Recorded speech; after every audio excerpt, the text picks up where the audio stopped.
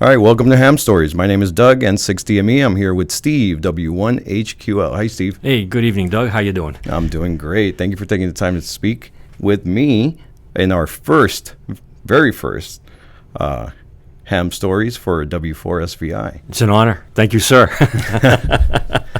All right, let's see how it goes. Yeah, let's see. So let's start from the beginning. Sure. Tell us a little bit about yourself. Well, I'm happily married. I got 8 grandchildren and live here in Homestead. Currently, we're located here at the Everglades Amateur Radio Club. Studio 6 is like what I like to call it. And it's over here at the John D. Campbell Agricultural Center over in the Redlands down here in Homestead, Florida. And I think a lot of folks know about Homestead on the history of Hurricane Andrew and how it affected the city of Homestead. My call sign is W1HQL, and I'm president of the Everglades Amateur Radio Club. I also, on my full-time job, is emergency manager for the city of Homestead. I figured once city of Homestead got flattened, the chance of that ever happening again pretty slim, so I got a job as emergency manager down here. So hopefully I'll be lucky enough and be able to retire from this job without having to go through any more disasters. We did go through Hurricane Irma. That was a fun event, and that was about 5 years ago. And we're just wrapping that up now. Very nice. And let me go back to your W1HQL HQL call sign. We're in Foreland. How did you get the W1HQL? That's a good question. The W1HQL is not my original call sign. My original call sign was KI4, Kilo India 4 Sierra Fox Lima. Okay, and that's the call sign I was born with. That was back in 2007 or 2008. But it was an interesting story. Before my dad passed away, he lived up in Massachusetts, and my wife and I would go up and visit. And we're having breakfast one time at an IHOP or one of those kind of restaurants. And he turns to me, he says, "How's that ham radio thing going on, Steve?" And I started explaining, having a great time with it, and he says, and during that, he interrupted me, and he said, your grandfather was a ham radio operator. And I looked at him, I said, "You kidding me?" I said, "By any chance, do you remember his call sign?" And he didn't. So I want to backtrack a little bit. I can remember growing up, when I was growing up, visiting my grandparents' home, and in the basement of the house, there was a room down in the basement they always called the radio room. Mm-hmm. I don't know. Again, I'm a child, so I don't know why they called it the radio room. There was no radios in it. Okay, it was just used for storage and tools and things like that. And I would go play in the room. I'd grab a hammer, a screwdriver, and that's actually where I learned how to use a hammer and a screwdriver. Believe it or not, was in the radio room. In the radio room, right? Yep. But in the radio room, I remember, like it was yesterday, some twin line coming in that was all brittle, and every time I touched it, it would fall apart in my hands. Okay, mm-hmm. And then there were buttons and things like that, and multiple outlets on the wall, and it was a nice big bench. Okay, apparently that's where my grandfather kept all his radios, and even in the backyard there was a mast that went up, and my dad had used that for a CB antenna. Okay, mm-hmm. But that mast that had gone up, a big thick steel pipe, it went up over the one-story house, and that was where he had his antenna. Okay. Well, during this conversation we're having with my dad, out of the clear blue, he just literally screams out, W1HQL. It came to him. And I said, okay. So I wrote it down, and then maybe a day later, just before I was ready to hop on the plane and head back to Florida, I turned to my dad. I said, "What was that call sign again?" And he, bam, W1HQL. I said, okay. I did my homework, and I'll make a long story short now. I found the publication in the University of California Library online of one of the old publications back in 1938, where during those publications they listed all the ham radio operators that were in the country. All right, and I found my grandfather's name, John Ian Taylor, 42 Pinette Street, North Dartmouth, Mass. W1HQL. Bam! It couldn't have been an hour later. I was already applying for that call sign. You struck gold. Yep. So, and that's why I ended up with my call sign. That is great. I mean, what better call sign I know. than your To grandpa? carry on the legacy. Absolutely. And hopefully, one of these days, one of my kids do that. It's tough with all the video games and everything that's out there to get them interested. Well, in you the never hobby. know. One of You your never 8 know, grandchildren could take on the mantle. Yep, there. well, I'm working on my 3-year-old granddaughter right now. You've seen her on YouTube I've already. seen her on field day as well. Yeah, so all right. she's definitely on her way. Cool. So that is awesome. Now, as part of your EOC duties, how does ham radio come into play there? All right, you know what? I'm going to tell you. I'm going to try to make a long story short. Okay. It was EOC type duties that got me into ham radio. Okay. You remember Hurricane Katrina and what it did to the Gulf Coast, and I was working for a company called AMR, American Medical Response, and I was their operations manager for the Miami division.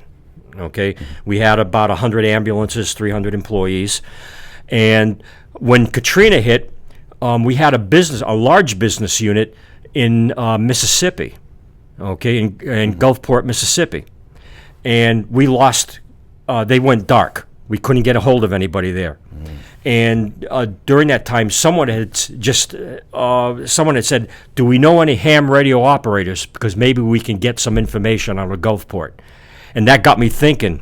Damn, here I am, the operations manager. We got a big communications outfit here, a system within Miami, and no one is an amateur radio operator. And I know from past experiences, from when I was a volunteer decades ago for the Fairhaven Civil Defense, that's another story one of these days, that amateur radio played an important role in comms. And I said, I'm going to get my license.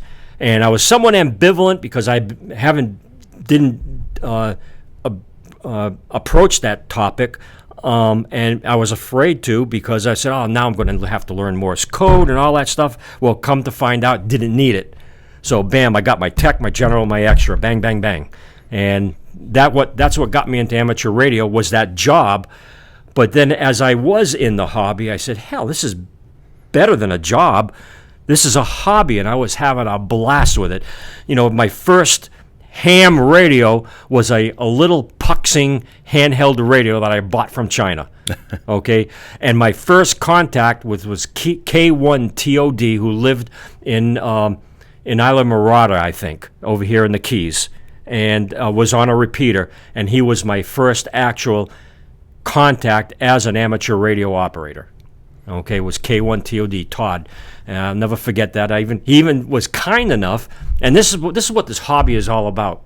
You can't. I mean, he even mailed me a certificate for being being the first radio contact. Do you still have it? I still have it In your shack? Your new shack? No, it's not in my shack. I have an album to preserve it, and it's in the album with all my QSL cards that I've been collecting since I've been an amateur radio operator. That is amazing. Yeah. This the people in this hobby surprise you every day. Yep. With their Yep, they kindness sure do. and they're just they take you under their wing. So I love that. Yep. So just how your job opened up the doors for your amateur radio license, what has your amateur radio license now opened the doors for recently?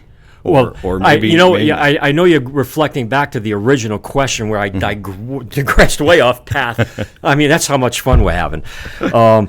But how it works for me in my job, okay, now that I've been an amateur radio operator and I've taken on this new position with the city of Homestead as their emergency manager, I've got a good amount of communication background experience now. I worked on an ambulance for 40 years. I had to use a radio, Right. okay? It's a good blend. It's an excellent blend. And, I'm going to go back on what we all been hear from folks. It's in the amateur radio community, when all else fails, what works? And this is what works. Amateur Clearly, it works, okay? Fortunately, we haven't had to prove that it works. But just being in the hobby and seeing the people and the equipment being used and the nets that we're running and having great membership turnout and the camaraderie that we have, like on field day and special events, all of that, the system will work. It will work. We're a family. We're a close-knit family. And what's cool about it is the fact that, there's people from all walks of life. I mean, nuclear engineers, doctors, teachers, people that work in pizza parlors and restaurants. I mean, we all get together, and no one's better than the other. We're equal. Right. Can you imagine someone that flips hamburgers for a living and another guy that works on nuclear reactors, okay, and they have something in common? One's not better than the other, and they enjoy each other. Wow. I mean, it's just, it gives me goosebumps when I think about it. It really redefines or actually emphasizes the definition of we are all equal. Yes. It doesn't matter, like you said, if you're flipping pizzas or measuring using a Geiger counter at your job, you're all the same, and the bond that ties is ham radio. Yep. Amateur radio, it's very cohesive. It's, people that just get in and they become a tight community, and it's a good feeling. It's a good feeling. It sure is. Yeah. And when you took your when you first got your ticket, did you get your ticket here at the Everglades Amateur Radio Club? Or? No. I didn't know where to reach out to. Because all I did was I started looking for clubs, and I found the club up in Broward County. I wish I could remember the name of the club. But that's where I got my tech ticket at. And then I got my general about a month later at the same place, and they got my extra at the Dade Radio Club here. All right, so within a period of about 5 or 6 months, I stayed at it. I mean, I just aggressively pursued getting the highest possible certification I could. That's just me. I wanted to do that. Plus, I wanted to be able to have that hobby open up its doors and accept and bring in all the resources that I could possibly have brought in, because it was also job related. Right. And I was so proud of myself when I was able to do that, because it wasn't an easy task. Oh, no. Anybody that's taken the extra exam knows it's Absolutely. far from being an easy task. Right. But what I'm driving at is when I explained to people that, I'm a ham radio operator, they would say, oh, cool. It's like, wow. I could tell them I'm operations manager for the largest ambulance company in America, but you tell them, and they say, oh, okay, but you tell them you're a ham radio, oh, that's pretty neat. You do the Morse code thing, and, and it's funny that they know something about it, right? exactly.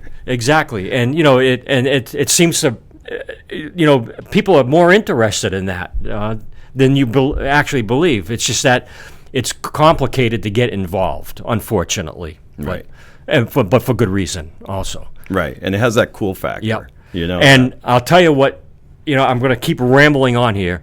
What's really cool, do you want to be the center of attention as an amateur radio operator? Become a technical mentor for the International Space Station ARIS program. Absolutely. I actually 5 years ago, I believe it was. Yep. I took part. You were taking part, and I joined you, and I didn't know anything about it. I was still a tech, and we went to that high school, and it was amazing. It just off the chain amazing. Off the chain.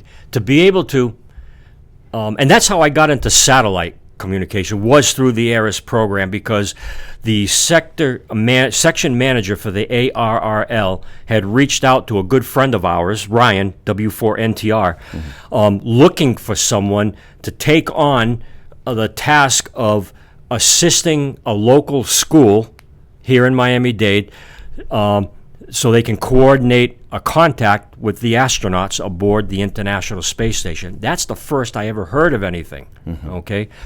And I was president of the club, and Ryan reached out to me and saying, listen, they're reaching out to the club and you to see if you know anybody that could do this. And Ryan and I just started chatting back and forth. I said, hell, let's do this. Okay, and started from scratch. Okay, and started building putting the equipment together. Going out, and we purchased a M-square antenna array. I mean, the whole works. We went full bore with it.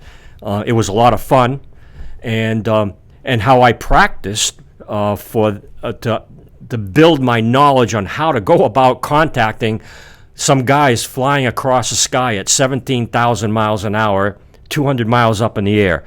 I started practicing on satellites and out in my driveway with the antenna array set up, the neighbors driving by thinking I'm, trying to contact Martians, and just making contacts on satellites and becoming proficient in how that works and understanding the science and technology that's involved in just making contacts, amateur radio contacts by satellite. And that's cool. I mean, a shoebox 200 miles up in the air, traveling 17,000 miles an hour with a crossband radio inside of it, okay, and hitting it as it's flying across a shoebox 200 miles away, hitting a shoebox and talking to another person on VHF or UHF, which normally has a 50 or 60 mile range with a repeater, but using that repeater and talking to someone in another state or two states away or halfway across the country.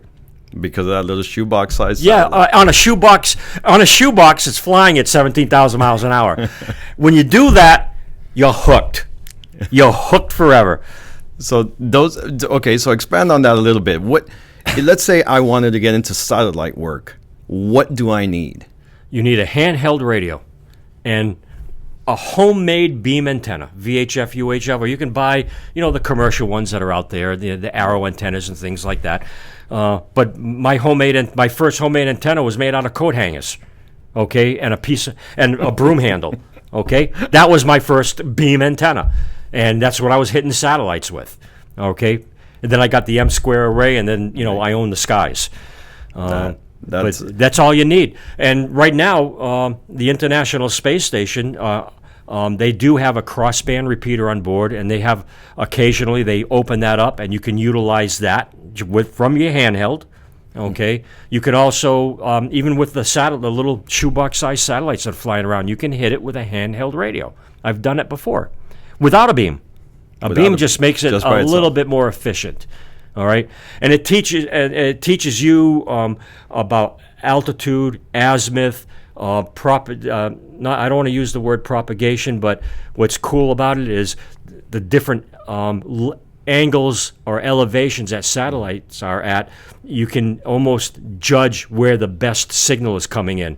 Believe it or not, when they're overhead, they're the closest, but they're harder to hit. And they're harder to hit. Yeah. Are they they're the closest? That's why they're harder to hit. I could keep you going for hours just on that. I mean, that's what's great about this hobby. That is what is great about this hobby, is the fact that it never gets old. Right. There's always something to do. I've always heard it as being described as 1,000 hobbies in one. Yeah. 1,000 hobbies in one. Absolutely. And, it is. It's not just getting on the radio and talking to the guy, across the street or across the world. It's, it's across, then the... I'm sorry, Bill was behind you. Across another state, just using a little HT. That's amazing. Yeah, so, and I'm just going to backtrack a little bit. When we were mentoring the schools, yes, to watch the kids and mentor the children, and have them walk up to a microphone, key the microphone, and talk to an astronaut. And amateur radio made that connection. Okay, that's amazing. And then to be part of this club and watching members bring their children in that sit for the exam and be technicians, right? And watching them grow up. Okay, the memories are just unbelievable, and the potential is there. The potential is there. It includes everything. I mean, yes. the trend now, it's STEAM. Science, technology, engineering, arts, and music, mathematics, and this amateur radio has all of that and more. Yep. All of that and more, which is kind of comes back to my the T-shirt that I have. It says Ham Radio, the original social media network. It is. It is. So I wanted to ask you a little bit back about the club. Yeah. The Everglades Amateur Radio Club. You didn't get your ticket here, but now you're president of the Everglades Amateur Radio Club. Can you tell us a little bit about that? Well, I was actually looking for some place that was closer to home. I had been driving up to Broward. For folks that are not familiar with the area, it takes an hour or two to just get through Dade County in order to get somewhere from being down here in Homestead. And I was just looking for someplace closer and interact with people that are more local than in another county away. All right. Right. And then there was the Dade Radio Club, but my schedule didn't fit that well with the Dade Radio Club. I had gone to a couple of their meetings, and if some people, the ARRL site has a list of clubs, and it said Everglades Amateur Radio Club. For the longest time, I couldn't figure out. I kept forgetting when they were having meetings. Made some phone calls. Not too many people knew about it. And then finally, I made the right connection. And Daryl, I wish I could remember his, God rest his soul, I wish I could remember his call sign. But he was the president of the club. And I reached out to him. He said, yeah, sure, we're having a field day. And I never heard of a field day yet. Okay, and it was over at some campground here in Homestead. And after that, I found out when the meetings were, the second Friday of every month. And I started showing up at the meetings. And he asked, I got, what I want to say, I got nominated as vice president, probably because nobody else wanted to do it.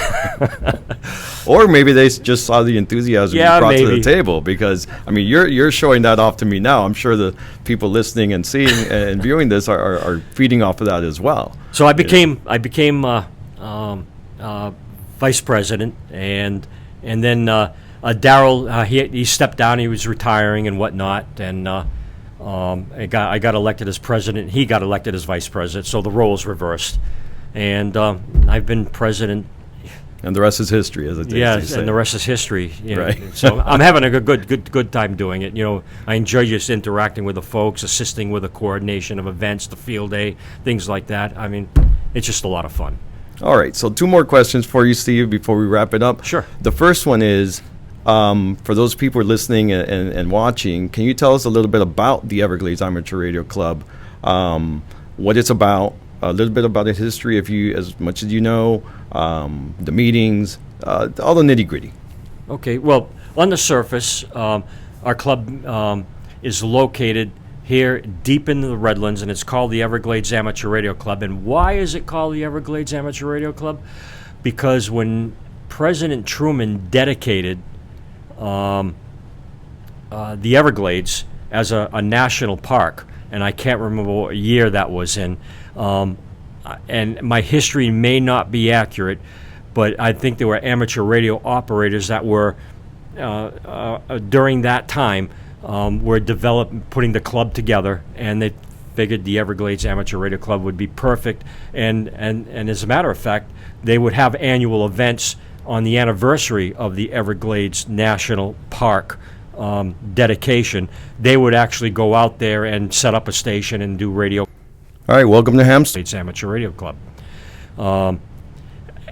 That's as far back as I can recall. I know there's a lot of history. I don't have that much information on the history of the club.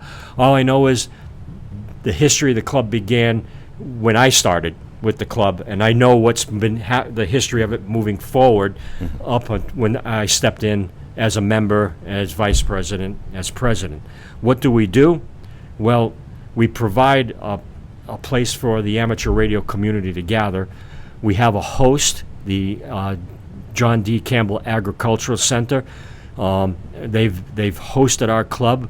They've even allowed us to have a tower out there for the club, and a room just dedicated to us. It's a hardened bunker, so it's a perfect emergency operations center for amateur radio operators, and we were just talking about that during the meeting, setting up a team that would stay here before, during, and after a storm to make sure that we have that communications link. That's what we do.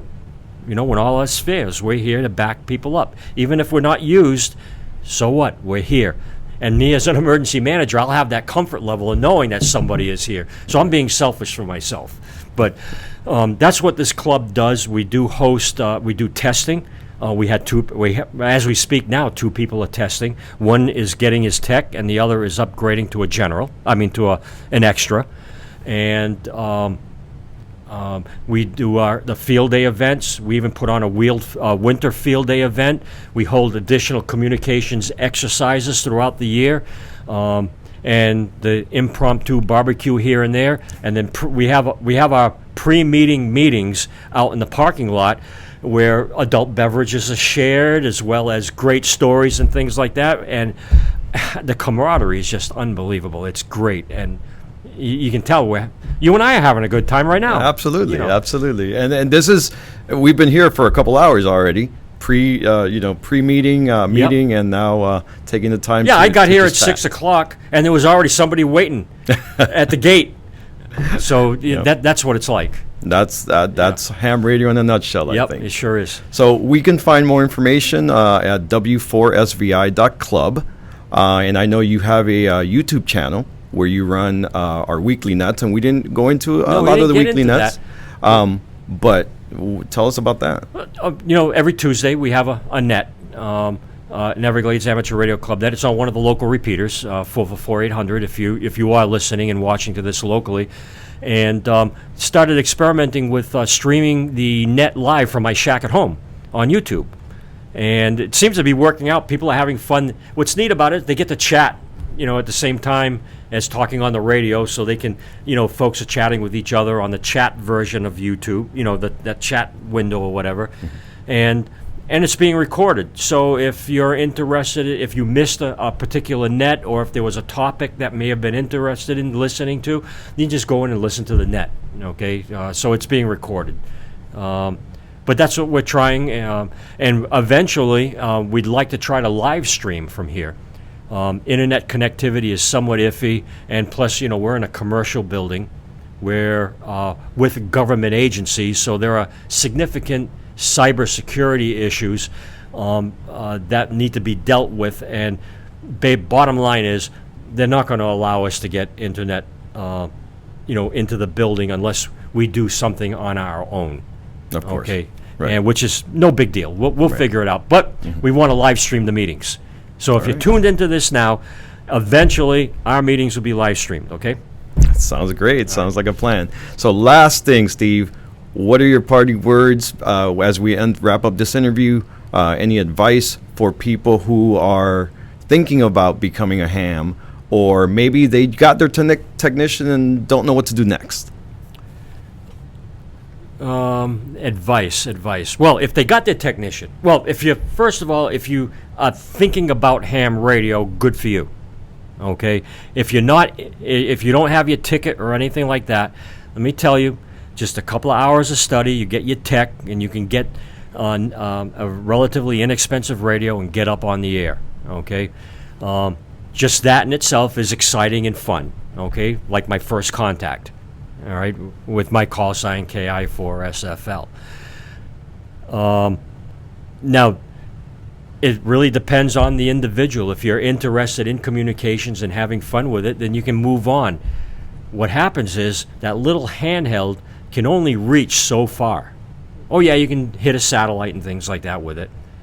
But the whole world opens up when you get to that next level as a general, or as an extra if you want to take that leap. And my QSL card, I wish I had one with me now. I designed my own QSL card, and maybe that's something that can be talked about at another time. But right across the QSL card, I got a picture of the globe, and me sitting on a little rocket ship, okay, and saying I travel the planet at the speed of light. And that's what you're doing. All right. Great. As the sound waves are bouncing into that microphone, and that signal is going through the wire and out through my radio, it's traveling thousands of miles. And guess what I did last night? Made a contact on the island of Fiji. Okay, on 15 meters. All right, Fiji. Somebody on Fiji talked to me on my radio here in Homestead as I'm sitting in my shack. The world opens up, and you talk to all kinds of people. I've talked to sheikhs, I've talked to senators, I've talked to astronauts. Okay, the world just opens up. and it's so much fun. All from the comfort of your home. Yeah, right from the comfort of your home. Social media, man. Social media. Okay. Well, thank you so much, Steve, for taking the time for our first inaugural episode of Ham Stories, and I hope this continues. Thank you Thank you very much. Thank you for inviting me. Thank you very much.